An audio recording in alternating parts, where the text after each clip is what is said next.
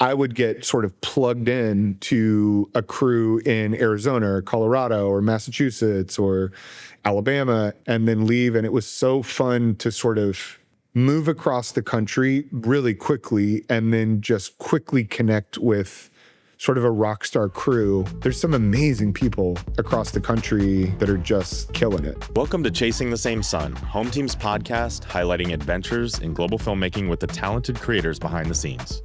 I'm Brandon Bloch, and today's a real treat. We're going to dive deep into the backstory of one of our favorite collaborators and pretty much a brother to me, Brandon Bray. We just call him Bray because our names are pretty similar. Bray and I came up together getting our start in Washington, D.C., and since then we've collaborated on insane personal projects, heartfelt branded docs, and whirlwind private jet piloted adventures for major global brands. Today, you'll hear all about how Bray got his start, what makes him such an empathetic filmmaker, a true gem of a human, and also how does he fluently speak Mandarin Chinese? Join us as we bask in all things Bray on today's episode. Brother Bray, so good to see you. Brother Bloch. Always good to see you. I'm going to introduce us thusly, which is Brandon William Bloch today is interviewing William Brandon Bray. And we've been known to be on set together and co-direct things and go as Brandons. The Brandons, yeah. I will say in the Hometeam, ecosystem, nobody else in my life calls me Bray, but somehow it has been fully adopted with pretty quick speed to be Bray across the Hometeam. Yeah, I the mean, Hometeam world, because it is, which Brandon do you mean? Right. You mean? Well, thank you for being here. First podcast ever. I'm honored. It is. Thank you, brother. It's really good to be here. I feel like I should be interviewing you more importantly, but thanks for we'll learn a lot about having each other and ourselves. Number one question, where are you calling from? This lovely place and your beautiful sweater, and it looks so cozy there. And what does the candle smell like? Because I really want to get, immersed in your world here. This is okay. So I rent an office space. So this is my office space I'm just outside of Washington, D.C. in Hyattsville, Maryland, probably 15 minutes from the Capitol. And there's below me is like a paint shop. And so a buddy and I rent this space out, and it's great. It's just these huge windows and it's great little brick walls, and it's nice and cozy. So every time I'm working or I take calls, I think it also happened after COVID, where it just felt like I got to get out of the house. We got to find someplace new. So this is probably 5-minute bike ride from my house. So you gotta separate church and state. You know what I mean? You gotta keep it separate. That's a lesson for the folks out there, because I do the same thing. Get an office space. I'm telling you, it's a game changer where you're not just schlepping Pelican cases in and out that are muddy from some room all year long. Creeping in at 3 a.m. after a shoot's wrapped. Correct. Correct. All right, let's get into it, as they say. Welcome to our podcast. I don't need to tell you all this, but this is a chance for us to you and I have how long have we known each other?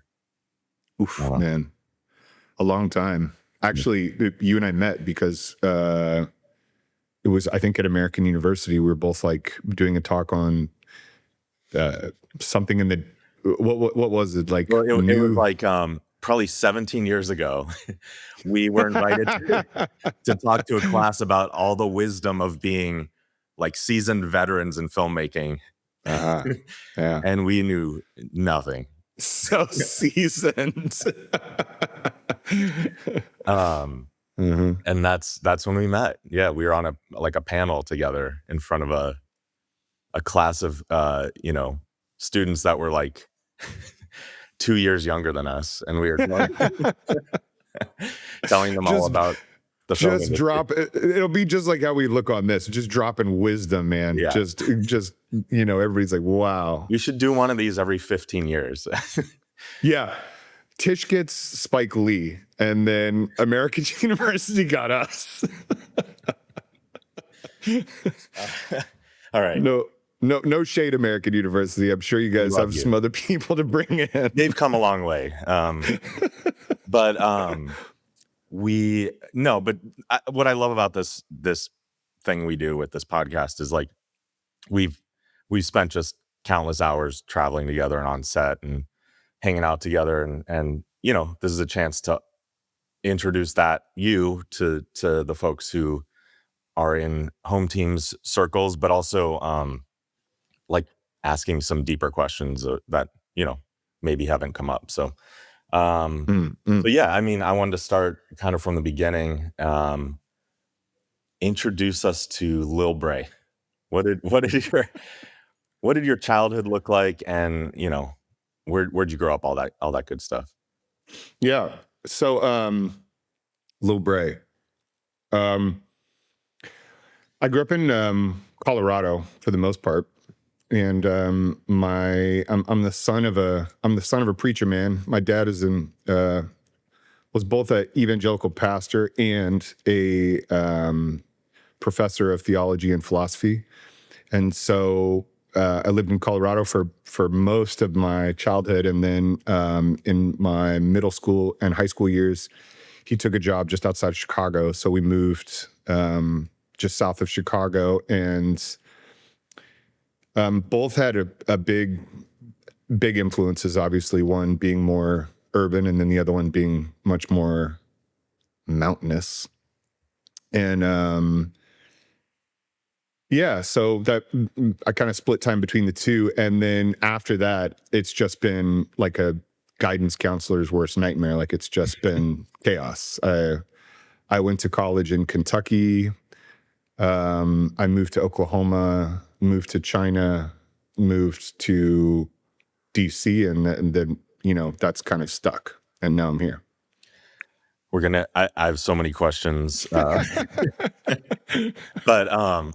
no, like you of all the filmmakers I've ever known and worked with.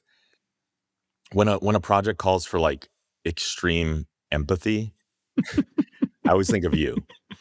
And so I'd love to hear like where did that originate? I have my suspicions, but I'd love to hear from you, Well, thank you for calling me for extreme empathy. Where did it come from?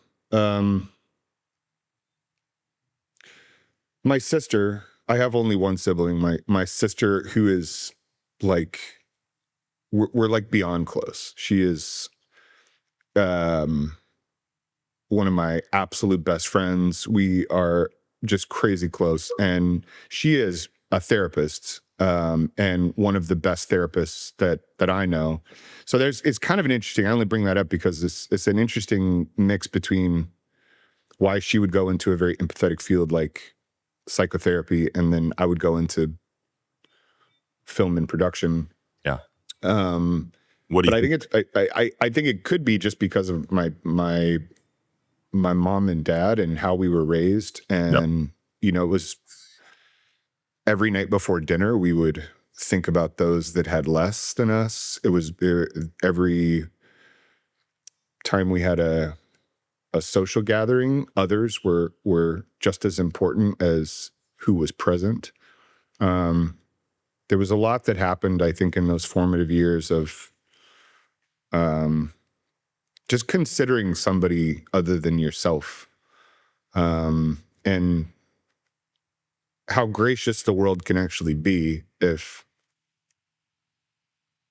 you allow it. Sorry, there's a huge train going by. Yeah, so I think that might be it. But then also, just the only other thing I'd say, my parents, first of all, were a huge influence, and my dad and I got really close, and I ended up spending a ton of time just reading all through high school, and then that opened up another part of the world. But then the larger part was once I left. I begged my parents not to go to my high school graduation because I was just ready to get into the world and go. And so I got a one-way ticket to Colorado from Chicago, and then I was a camp counselor. It started from there.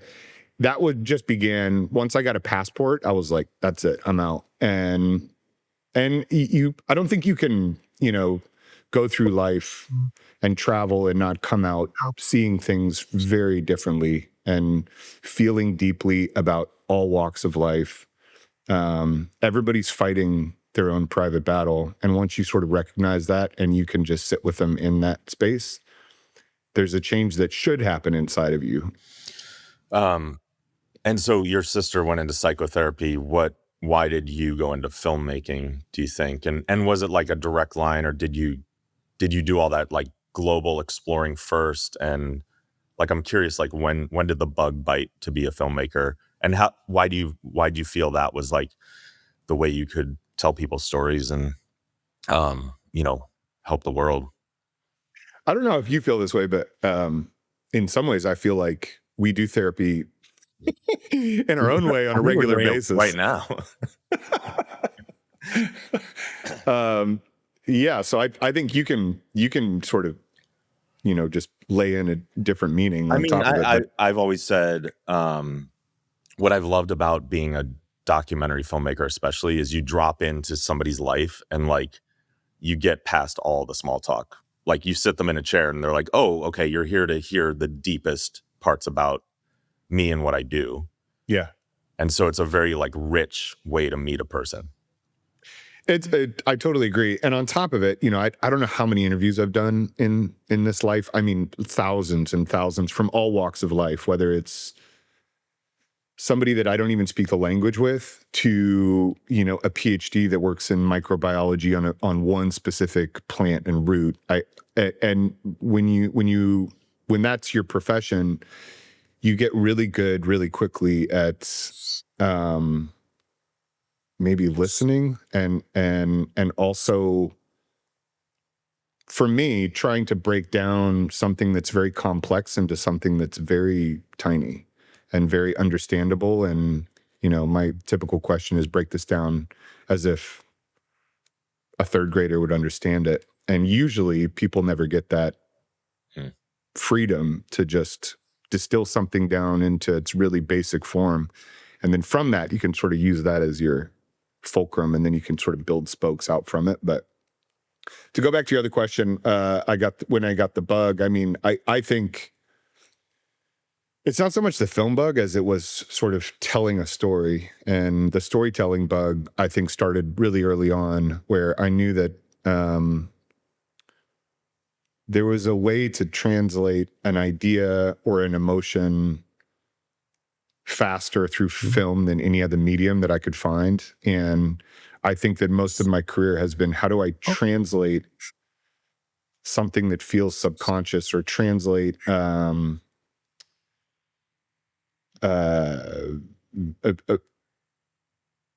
story? How do you translate a story that would otherwise feel out of touch or too complex, or I already know this, I don't need to know any more about it. How do you sort of breathe new life into something that feels like you've already got it all wrapped up in, whatever. So that was, I think that it was all, and then it's just like, Legos or building blocks on top of that. So once you have that foundation of excitement to tell a story, then it's like, okay, now you start bringing in all of the other, your filmmaking in this entire life is about building like your own little house.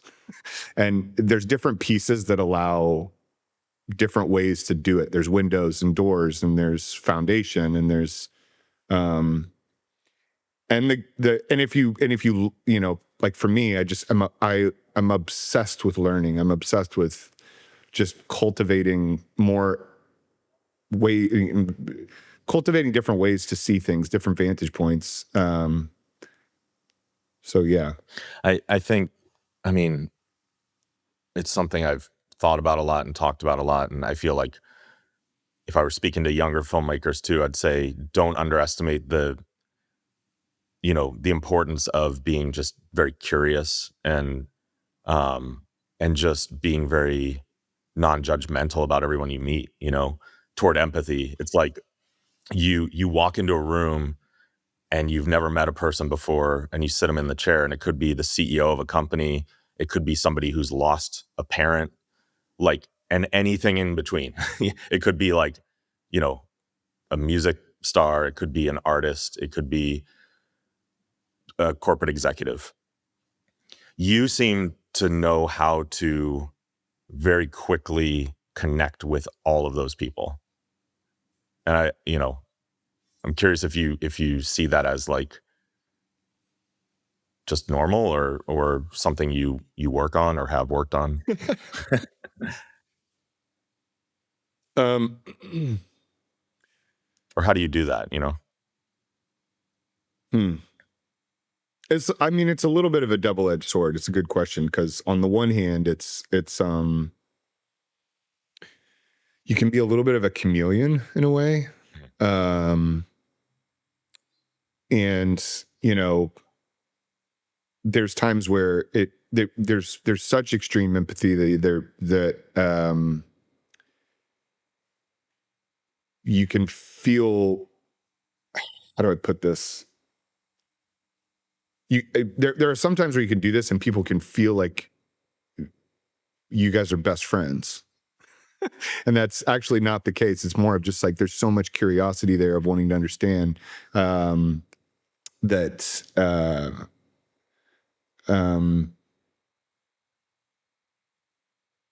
what do I want to say here? Hold on. Let me rephrase this.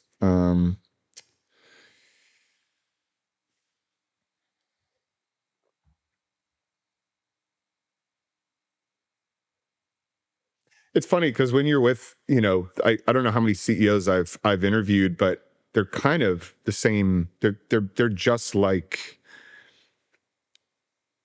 to your point, like somebody that's lost a child or somebody that has suffered some type of trauma, and there's just a different way that you speak to them and you sit with the individual. Obviously, we're talking about like interviews and more documentary based production, but this also goes with something that's more of a shorter film, or even crew members, where you're it's how you spend time with people and how you extend comfort to them, how you extend meeting them where they are. Where I typically get really upset when sound guys will shut down an interview because there's like a plane or a truck that goes by, because once you sort of lose that trance that you have with somebody when you're in an interview, something sort of dies within it. And it's not like I know that there's a truck going, I know that there's a plane going over by, but if you shut down the interview now, we're in I'll circle back to a situation, but that something about that connection, once you start, it's such an intimate thing to try to do. And I genuinely find, whether it's, somebody that's really powerful or somebody that's just off the street, that technique doesn't really change. It's more of just meeting them where they're at, and then you can sort of spin up or spin down depending on if it feels scary or if it feels like, we need to dig deeper into something. I can do that on the fly pretty quickly. Yeah. Well, it's a gift. I mean, and you're in the flow state, it sounds like, right? And you want to get the subject so comfortable that all of the apparatus disappears. And what you're saying is, like, when you call cut and when the sound guy says hold for sound, you're revealing or reminding the apparatus. You're like, oh, back. What are we doing here? This is weird. This is not natural. So it's trying to get lost in that moment of like extreme connection. Yes, Yeah. that's right. So yeah, I could talk about any one of these topics forever with you. So when we met, you were working at GW Hospital. And that seems, man, you were telling some, like really heart-wrenching, like I honestly, I don't know if I've ever seen any stories told with such like humanity and pain and like and love and like all of that on the screen, but you were telling it like short form. What were you doing at GW Hospital, and what was that period like?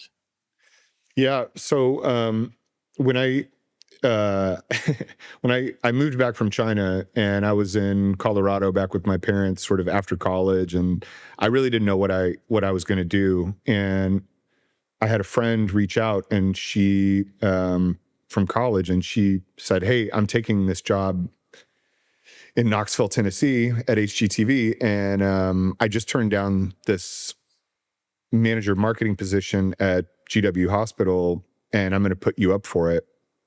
Which I thought was hilarious because I know nothing about marketing and much less, and I know nothing about medicine. And, so I was like, okay, sounds great. But it was sort of, if you, again, you look at the building blocks of just stepping into something that you don't know, and then sort of, building once you're in it, this was like perfectly set up for me. So this was, Oh. so anyway, I got the position, and as soon as I started, I quickly just started doing all of the marketing materials, whether it was print, web, and video for GW Hospital. And then that quickly, as they sort of gave me a longer leash to do whatever I wanted to do, it just exclusively became video pretty much, because that's all I really wanted to do. And I did everything from being in the OR, filming brain surgeries where they would do groundbreaking stuff through the nose, where they would take out tumors, to every type of surgery you can think of, sitting in and going through that, whether it was orthopedic or plastic surgery, or so I got really well versed really fast in a hospital environment, and then went into the patient stories. And I knew that I didn't know what this was, but I knew that I had a knack for it, because as soon as I started building these pieces out, the first one that did really well was about a breast cancer survivor. And I finished that piece, and somebody told me, you should submit this for some awards. And I just looked up a random one, and it was called the One Club. And it was just so I just said, okay, I'll submit it. And I ended up taking second place, and first place was Morgan Spurlock, and third place was Audi. And here I've never done anything in my life. And I'm like, oh, this is okay. So this is kind of resonating. And then going through life with an ALS patient, and then sort of documenting her end of life. And the doctor was really upset, because he was like, the head of I can't remember what department he was in, but he saw the ALS patient. He was like, this is devastating. Is this supposed to be marketing material? And I was like, oh yeah, I guess it's probably not the best marketing. But for me, I just sort of followed what I was interested in, and I followed her story. And it's just this profound experience to be with somebody going through ALS. And so I filmed it over 5 days. And so I think that was the beginning of, sort of getting into much heavier subjects, and then having, again, kind of a longer leash to tell those stories without any oversight or overhead. So those are kind of like the reps phase, where when you're doing this, you need to do a lot of work, and you need to do a lot of it and be in a lot of different situations to try and see what you're even good at, because it's hard to find those opportunities. Anyone out there watching this, go watch the ALS piece on Bray's website, and you will cry, like within moments. But it's really powerful stuff. I need to rewind a moment, and we could, bring back a little levity, maybe. I don't know. What were you doing in China? What is ALS heavy or something? What do you mean? What were you doing in China? The world wants to know. China's like this weird, it's like a fever dream in some weird way, that it was even a part of my life. But the really fast version of the story is a buddy and I started a coffee shop in Oklahoma City. And it was this Vietnamese guy that, this is like right after college. I mean, probably the second year right out of it, had no money. I don't even know we knew what we were doing, but this Vietnamese guy had this gas station in the middle of a bad neighborhood in Oklahoma City, and he was like, "I'll give you 6 months for free if you can actually do this coffee shop," because he said you guys are crazy. So we renovated it, and then the inside, we just did some really cool artwork inside to it, and there was a guy that it ended up getting some notoriety. And so a guy approached me and said, "Hey, I like this coffee shop. Can you basically put one of these in China?" And I was like, I'm not doing anything else. I don't know. I'm not doing anything else. It sounds great. I've traveled a bit. How hard could China be? So he sent me to, I went into Hong Kong, and then from there you cross over into Shenzhen. And for anybody that has been to China, especially in the earlier days, maybe not today, once you cross over, it's like there's no more English. It is the deep, I would say India is kind of the deep end of travel, but China is not too far off. Western China is, pretty wild. So, I mean, from day one, I couldn't even get to the location in Western China where I was supposed to go, because I got stuck at a train station and I couldn't say I want to go to this town in Chinese because nobody speaks English. Yeah. So I sat there for 2 days because they were just like, "I don't know what you want," because they just were, trained to not infer anything unless you say. Anyway, so I ended up falling in love with China. I came back and I sold everything, and I was like, I'm gonna move to China. I'm going to live there, die there. I was all in. And I moved to way Western China in Xining, which, if anybody knows China, is like right before, it's the last province in Qinghai province is the last province where you get into like proper Tibetan prefecture. So middle of nowhere. And I lived there for almost 3 years. It's just so wild. And it's such a different life. Where does this show up in your life today? Because you speak Mandarin Chinese. Is that what you speak? Or yeah, I mean, it's like do you ever pull it out? Is it like a party trick, or do you? Yeah, it's a total part. At this point, it's party trick. Like I can get into trouble pretty quickly with my Chinese because I know enough of it where I can like say enough for people like, "Oh wow." Give us some. Come on. I'm putting you on the spot. Let's see. 我觉得我的皮肤是美国的，但是我的心是中国的，对不对？ I don't know if I should feel happy or offended, but I said my skin is American, but my heart is Chinese. Oh, that's lovely. So yeah, so then and it was a blast. Like it was a part of my life that it was terrifying, and the first 6 months to a year was probably some of the loneliest moments of my life, because there was only maybe 6 or 7 people in Xining where I lived that were other foreigners. Otherwise, it was a small city of 2 million. And then I'd like venture up into Tibet and into a little town up there, and just take a motorcycle up in the mountains and just hang out. And it's weird. It doesn't have any correlation with anything that I'm doing today, other than it was like a 3-year sort of hard stop on everything in my life. This was really pre-internet too, so you're just alone and trying to understand yourself. And I enrolled in a local 现在民语学院. It's like a local university there. And so I tried to learn Chinese, but it always made me laugh when it would be like Ivy League, Harvard or Stanford kids would show up trying to like learn how to do business in China or something. And I was like, look, here's the playbook. Because you can't do any business in China if you're like go through the proper channels.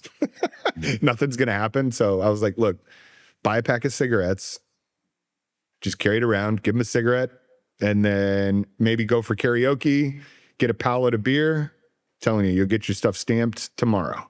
and it worked every time. Again, like any one of these roads we could go down forever. All right, let's get into some of the harder production stuff. So okay, where to begin? Okay, you're so like talented in any one of these roles. So when we started working together, you and I were able to do quite a lot, like just the two of us. You're a great DP director. You're the best editor I've ever worked with. I've said this to your face multiple times when I'm making you edit something that has no script at all. I'm like, you're one of the best editors. What, just like, give us a snapshot of your life as a filmmaker and kind of like how you've made a living the past few years and which roles do you play, which roles do you enjoy most, that kind of thing. Yeah. So I started backwards. So I started editing, and then that in some weird way led into being a DP, and then that ultimately led to just direction. But, I think I'm so glad that I did it backwards, because it has informed what I now lean on more than any other role, which is just direction. It has informed every aspect of how I roll on set and offset. Knowing how it all connects or what? Totally. Yeah. 100%. So I started editing, and then that naturally led into, being a lot more, because there's two different ways that we can look at, being a DP. One is a technician, and then one is very like a storyteller. Yeah. When those two get combined, like for our buddy Tim Sessler, that's when you find somebody that's really, really special. And I mean, like you too, by the way. Yeah, thanks.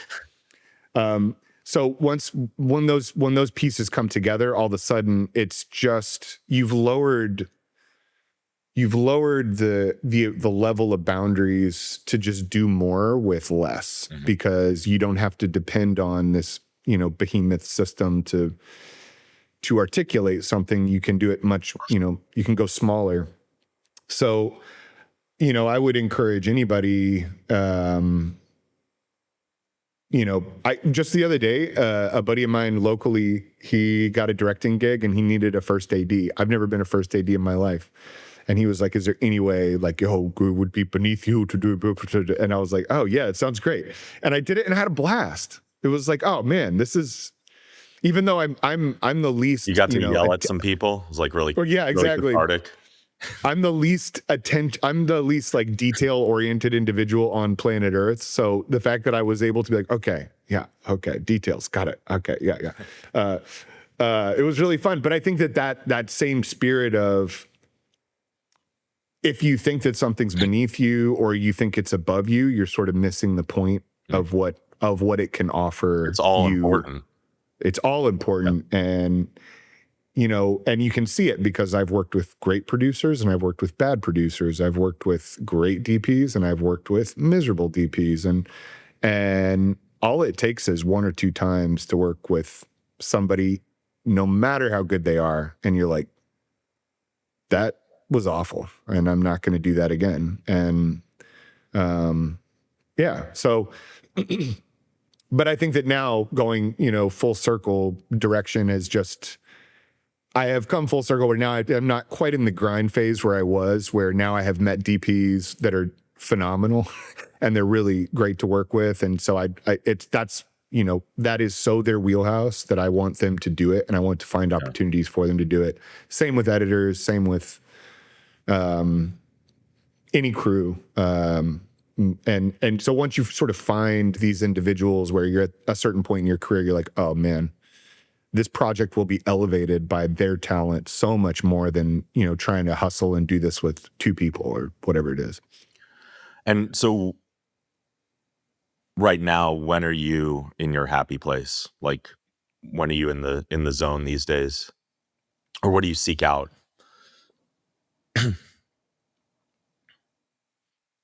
That's an interesting question.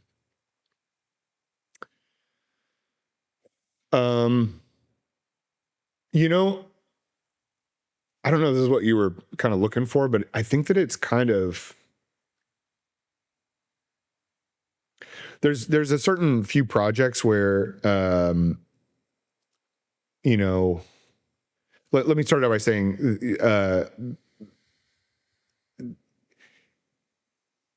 I think it's everybody's that's in production is their desire to be like, oh, I just wish I didn't have any rules. Oh, I wish that I could just do whatever I wanted.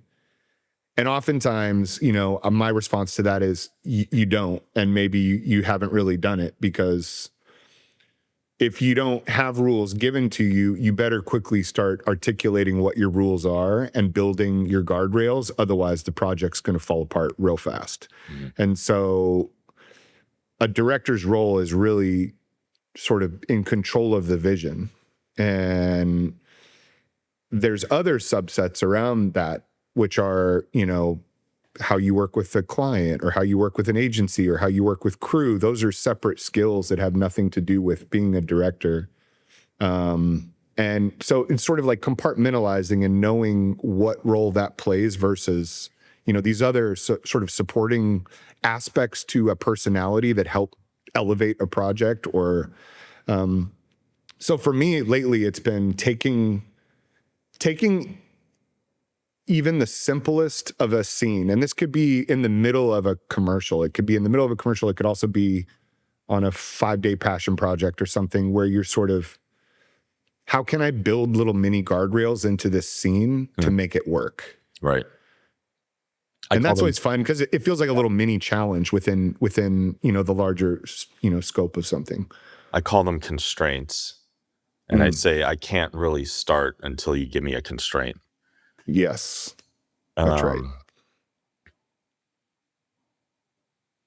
But I always hear that, where people are like, oh, well, the client won't let us do this, or we've been.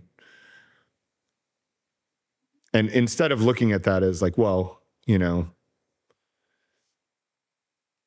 we don't have these tools to do whatever the vision X, Y, and Z. But if you change your frame of reference, or if you change your mind, since you can't control anybody else, the world becomes so much more open, and there's so much more to do, and there's a way to succeed in every scene, much less. And that could even be for an interview. If an interview has just gone off the rails, like, and I think that those reps that we were talking about before, that's where you get good. The speed at which you can sort of pivot and be malleable and go, okay, let's take this from another angle. Sometimes that's the unexplainable thing that people can't see until it happens in real time. And then you're like, whoa, okay. Now I see why you get paid, whatever, because you just go, something just shifts real fast. Yeah, I think it's experience, and it's like you have like a stoic sort of approach. It's like the obstacle is the way a little bit, but yes, but right, moment to moment, and you're able to do that. The constraint on any given project could be, you name it. It's like the sun's going down really quickly. Yeah, exactly. The location fell apart. The client's, coming up with big ideas. Yep. Any one of those constraints can be thrown at you, and you're able to just draw probably a lot of life experience and professional experience to pivot, like you're describing. And this is a fun example that I'll just bring up that was really recent, that just happened a little while ago. A project that I worked on with you guys, which is with the North Carolina Lottery. We do all of their lottery commercials and for the state. Well, some of the ones that have to do with education specifically. And the problem is that everybody is from the town that we're in. So, there's a ton of real human to human interaction. There's no, we're not flying people in from LA to do anything. These are real North Carolinians doing something. And this is a great example of how like I missed it, where I wanted to do this move where I had two people on opposing hallways because we had this weird rotunda in the middle that we couldn't really showcase the space. And so I was like, okay, I'm going to have these two opposing people just cross, and then we're going to film it. And for whatever reason, we tried, and I mean, we tried it over and over. And then finally, somebody came up to me and just put their hand on my shoulder and they're like, hey, this is not working.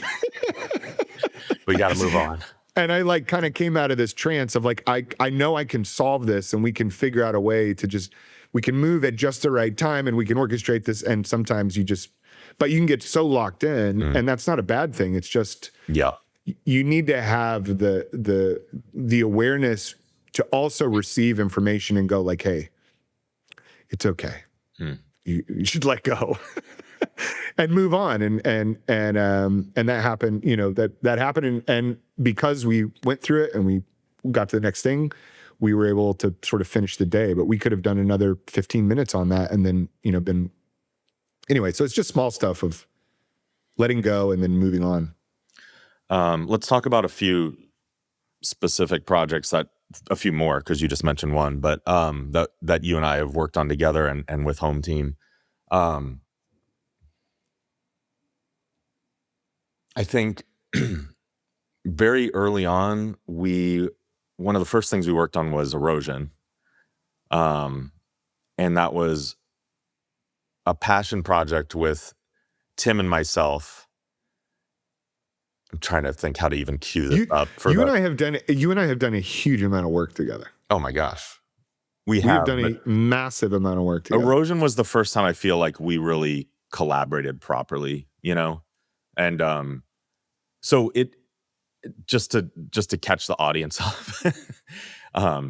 It's like a visual poem to New York City and the way New York is changing, and some people win and change and some people lose and change, and just trying to make a statement about the world changing around these performance artists, like the ones who dance on subway trains, and how the ground was kind of eroding under their feet.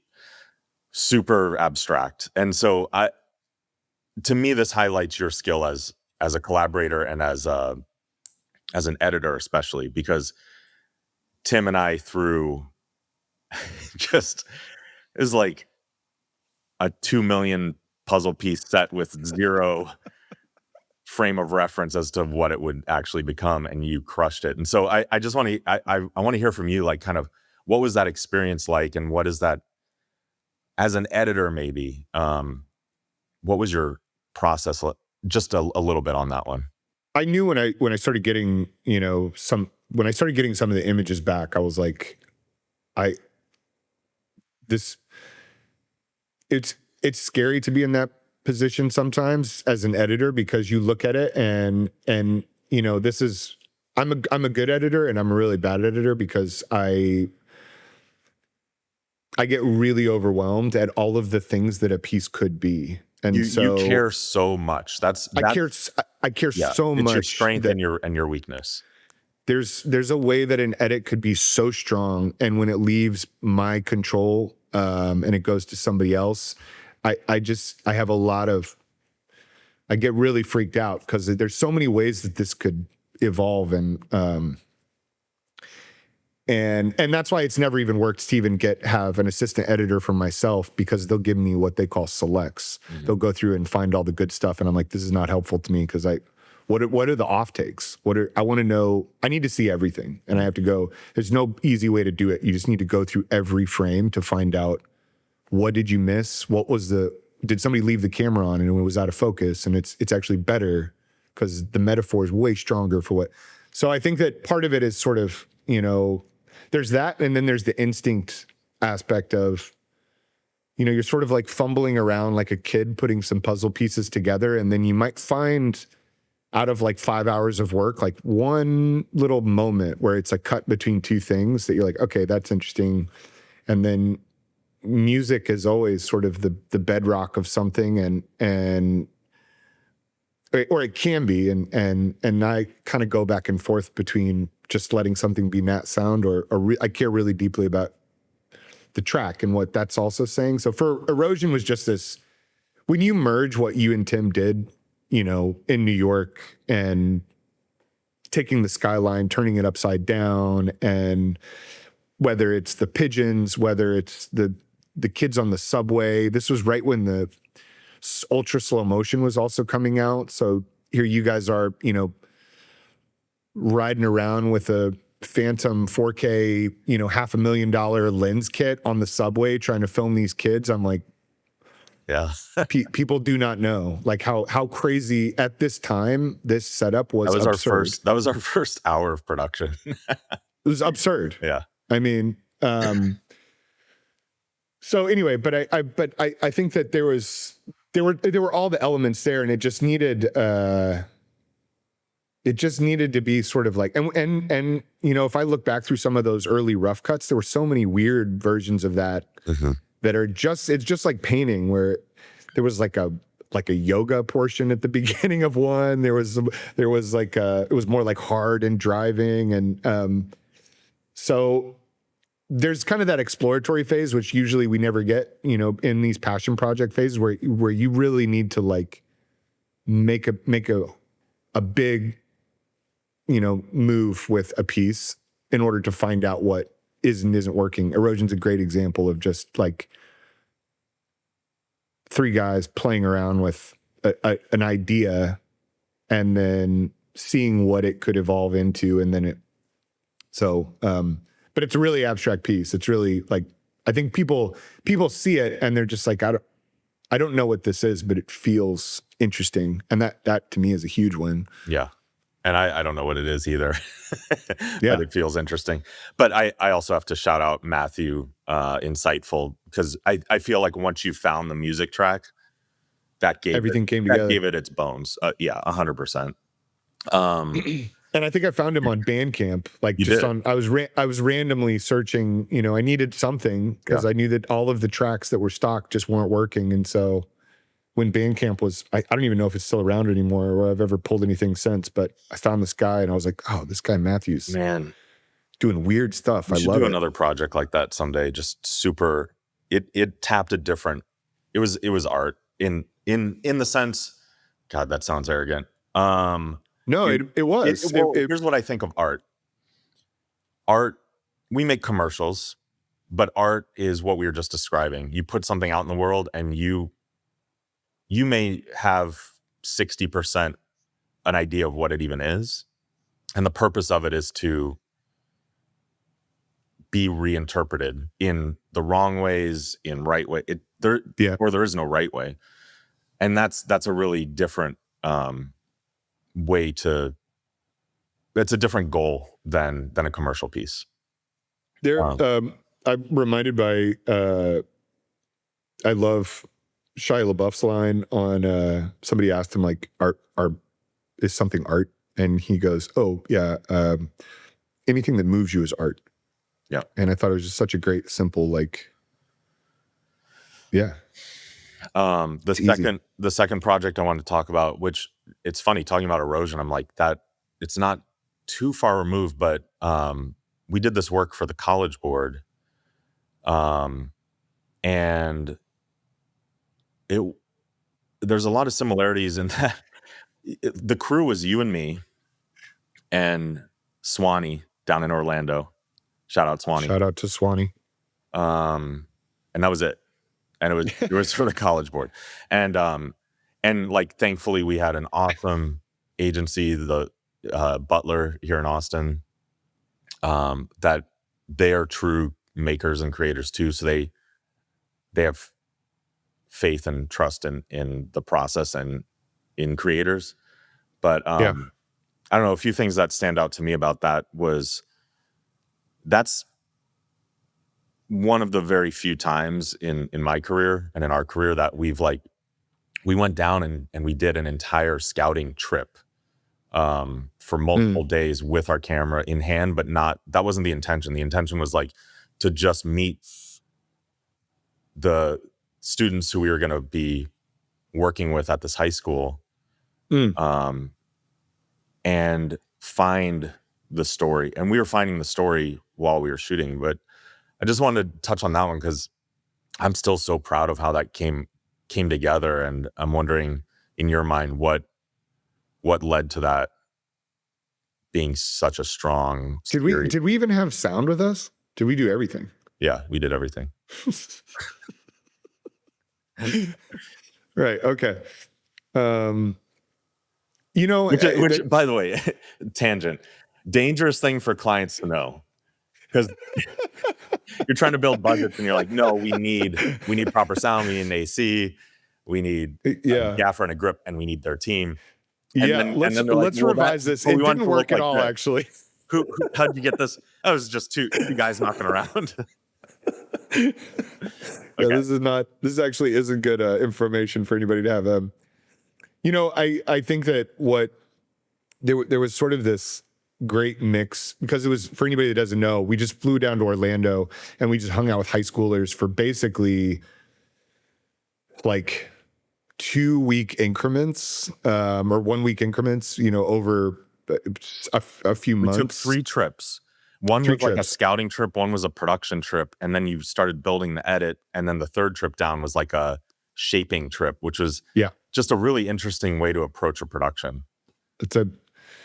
I love like you're remembering the production aspect, because clearly you were helping produce this thing, and I don't remember this at all. I just remember being so obsessed with how do we tell these little vignettes, you know, and we had sort of this kid in band, kid in football, kid in photography. We sort of like had these benchmark roles in high school, and then sort of just followed their story and then stitched them all together as this massive anthem to prepare for college, to ultimately, you know, prepare yourself to get ready to take the SAT. And I think we became close to the kids, and the kids became an extension of the project. And I think I also learned in that time that, you know, this was right at the beginning of massive social media. And so kids didn't really care about cameras.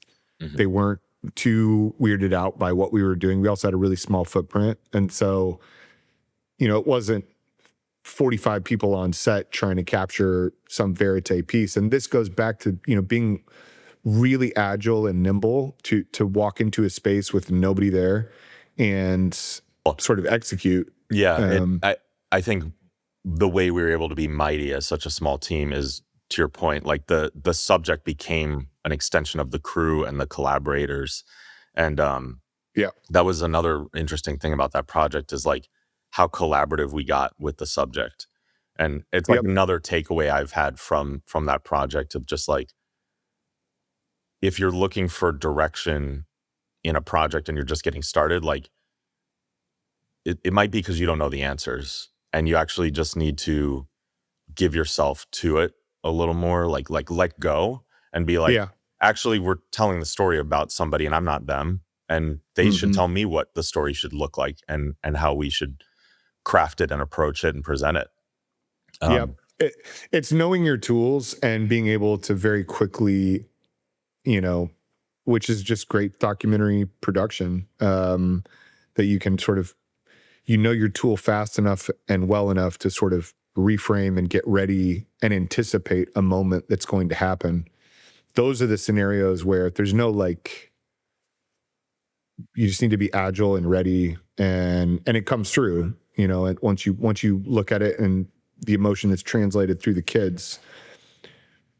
Good doc DPs, I'll put them up any day of the week with good commercial DPs, because they're so fast and they know how to, and they've worked that anticipation muscle so well that very little, they deal in the unspoken. That's how they can sort of fluidly move around and anticipate what's coming.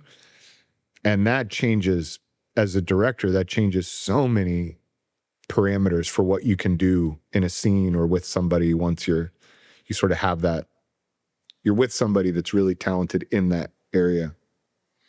The third project, and we'll talk about this one more, and the Chick-fil-A project that we've done for a couple of years with you.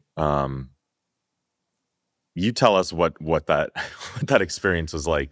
Well, just to set it up, we're telling the story of Chick-fil-A team members, like the employees in the stores, receiving scholarship money from Chick-fil-A, and we approached it in a way that's unique to our company, which is very cool, like kind of flexing our model and being able to film in many different cities in a very short amount of time. And Bray was the guy, again, like kind of first and only choice.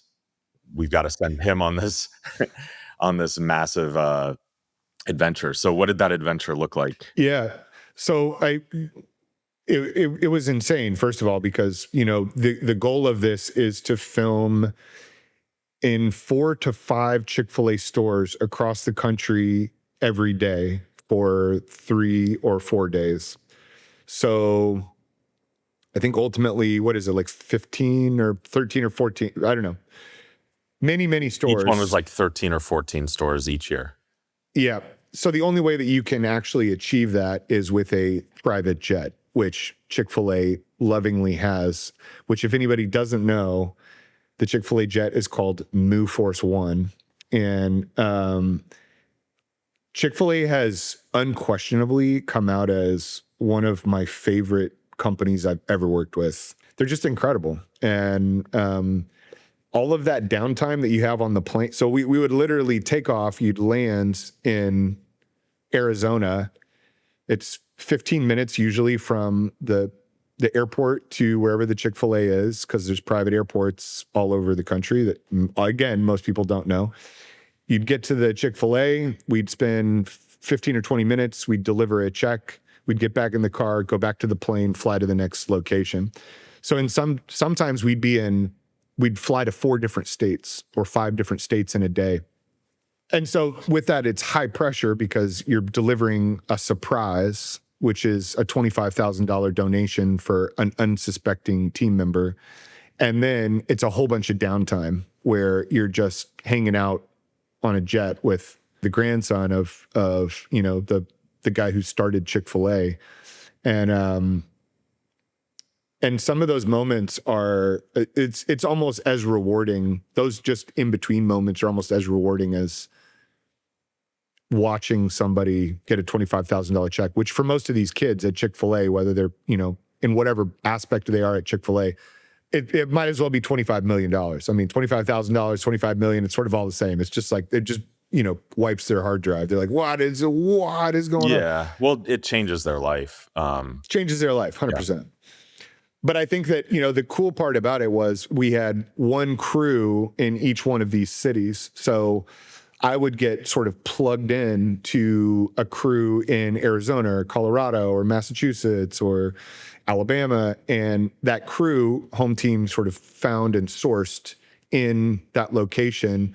We would land, I would follow Andrew and the CEO of Chick-fil-A, and we'd deliver the check and then leave. And it was so fun to sort of move across the country really quickly and then just quickly connect with sort of a rock star crew that Hometeam had sourced all across the country, part of what you guys do so well. And I don't know if there's anybody else on Hometeam that's sort of met as many of the crew members as I have, where there's some amazing people across the country that are in their sphere of influence in their state or their area that are just killing it. And they do really elevated work, whether it's commercial or documentary. And Chick-fil-A was this wild ride to sort of go in bed for 30 to 40 minutes, Yeah. see the crew, and then leave. But I mean,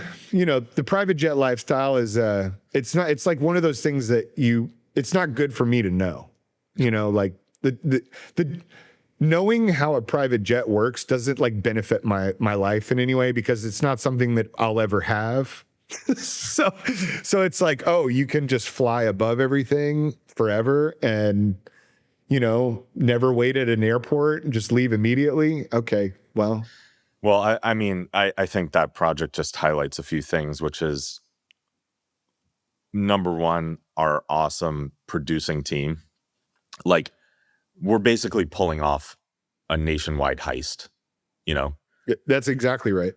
Thank God they decided to be filmmakers and not not criminal masterminds. But no, but I mean it's just like a massive logistical heist. It's amazing to think about the coordination and the needles that have to be threaded, and then but then it also It's speaks incredible. to the people, all the crews, and the consistency of all the crews and their ability to show up and be expert at what they're expert at. And then also you, the reason we thought of you immediately for it was that what we've been talking about this whole time, like that ability to change your focal length, be able to hang out in the downtime with some incredibly accomplished and smart and high pressured people, come down, connect with a crew, speak their language, connect with someone who's never been on camera in their life. Yeah. They have a life-changing moment. You're capturing that in a way that when you see the end piece doesn't look rushed or harried or shortchanged. And then you go and you do it the rest, and you have the stamina for it, and you have the excitement for it and the creativity for it. And like, I just wanted to, that project is like high up there as, just an example of what we're all capable of doing. There is so much of that whole project in order to pull it off. There's so much in between, like cartilage, that has to work. Otherwise, there's so many ways that something like that can fall apart so fast. And every aspect of it played such a huge role. And there were definitely moments where, as we evolved with it too, it was like, I don't know. I don't even know if this is possible, to pull any of this off. And so every year we've sort of adapted and learned a little bit. How can we do it differently? How can we have a slightly different, flavor to it? But every time I think about that and I tell people about the Chick-fil-A project and the logistics behind it, people almost unanimously just go, how in the world did you guys pull that off? Yeah. And I'm like, I didn't pull, any of it off. That was, to your point, the producing team and the logistics on 1000 was incredible. It's hundreds of people working together. Totally. All right. Well, switching gears and kind of heading toward the wrap up here. So at the beginning of this call, we met Lil Bray, and I'm wondering, when we meet Old Man Bray, what's Old Man Bray doing in 5-10 years? Like, Old Man Bray. Old man,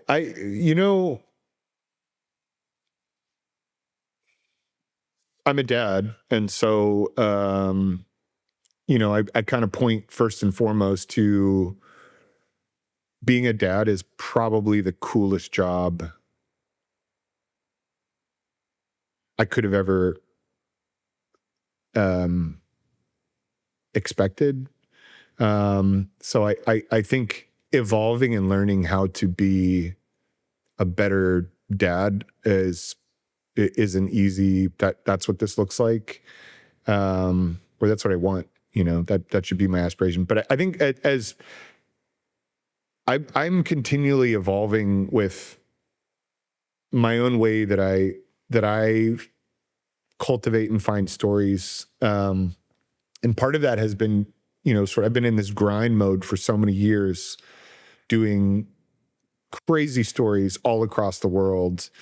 And now it's like, there's two things in particular that just give me a ton of life and breath. And one is fly fishing and one is woodworking.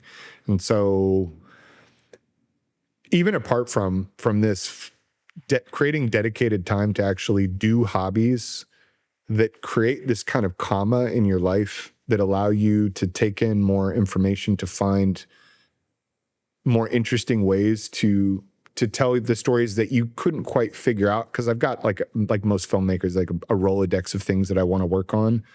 But the way I approach them is a little bit different now, where I'm just hitting the pause button a little bit more to sort of let life, be a little more easy in terms of,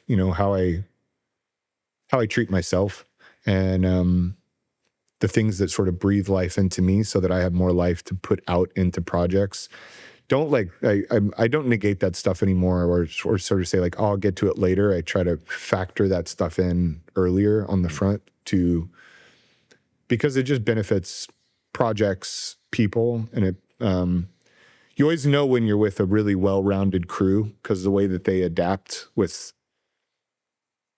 the chaos of set, which is always chaos, that's never going to change. There's just certain personalities that have this way of not drowning in it, and not letting it overtake the vision or the real goal of why we're here. And so finding other ways that I don't let the work drown me has become a big part of kind of how my newer normal of how to do things. I'm glad to hear that, and I'm hearing it and taking from it. All right. So this cute little thing we do with this podcast series is we end with rapid fire few questions. So I've got a few for you. You ready? Okay. All right. Sounds good. All right. Wait. I got a question. Yeah. Does rapid fire mean like I'm just saying it as fast as I can, or rapid fire means you're just going to ask? The goal here is to stress you out. Oh, okay, good. I just said I fly fish, and now you just want to stress me to. Yeah. Got it. Okay. No. What comes to mind, and just shorter bite-size answers. Word. How do you like your coffee? I like my coffee. I care very deeply about coffee. I like it with just a touch of cream. That's it. That's it? Okay. What's your favorite song to sing? And sing it for us. Oh man, like my you know what, I should totally send you that one. You're thinking of that one clip from what are the songs? You have such like so many deep talents. And one of them, for people who don't know, like you're an amazing vocalist. This is 100% not true. That is like the you're also humbled to a fault. Yeah, right. So I've got a few. Hold On, Little Girl. I think that's the name, by Mr. Big with 2 G's. What's the other one? The Bob Seger song, Night Moves. These are all like, listen, if you're in a karaoke, hold On, Little Girl, Night Moves, and what was the one that I sent you that one time? It was like Sam Cooke. Oh, Change Is Gonna Come. Yeah, that's it. Can you give us one little? No, I'm not singing this right now. All right. Shoot. Okay. What's your favorite place to film, and why? Oh man.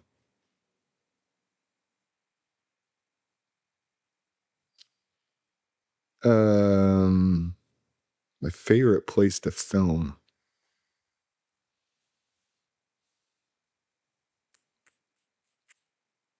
My home. I made like 5 different commercials during COVID with just my family, and we had a blast doing it. And the director didn't get much respect on set. However, it was we had a blast doing it. Yeah, I'd say my home. Love it. What's your handicap? I love to play golf. Right now it's like $1 million. I don't even know my handicap anymore. I used to play. That was my high school sport. So I used to be good. Yeah. Again, folks, like you go out and you play golf with Bray and you realize you will never get there. And you're just so effortlessly talented with it. I don't know. It's frustrating. You know what it is because golf was so much better than, like, my dad was an All-American basketball player. He was really good. And so basketball was sort of like my trajectory, or it should have been. And then once I found golf, I was like, oh, there's no team. It's just me against me. Okay. Yeah. This is pertinent to my interests. This sounds much better. And the last question you already answered, which is, what else do you do for fun? But you mentioned fly fishing and woodworking. Okay, last question. What are you building? I mean, a bunch of stuff, but I love building frames. I build like these really weird frames out of like hardwood. And right now I built like a inset, I don't know what to call it, like an armoire or so, one of those things in the kitchen where it's just like a little cool inset table. Yeah. But I don't know what I'm doing. So it's more of like fun to figure it out and fail. And, you know, we have a big motto in our house, which is fail faster. That's what I believe is the secret to life. Just fail faster so that you can actually get to the good stuff and do something interesting, but you got to go through it. Well, there you go. Couldn't think of a better way to end it. Don't hit exit. Okay, I'm going to sit right here. Thank you for being our guest. And I can't wait to see you in person, hopefully soon. Yeah. Dude, thank you for putting Hometeam together and for taking your own risk and failing faster to figure out how to assemble such an interesting group of crazy people to try to take on this weird thing called production. It wouldn't work without people like you.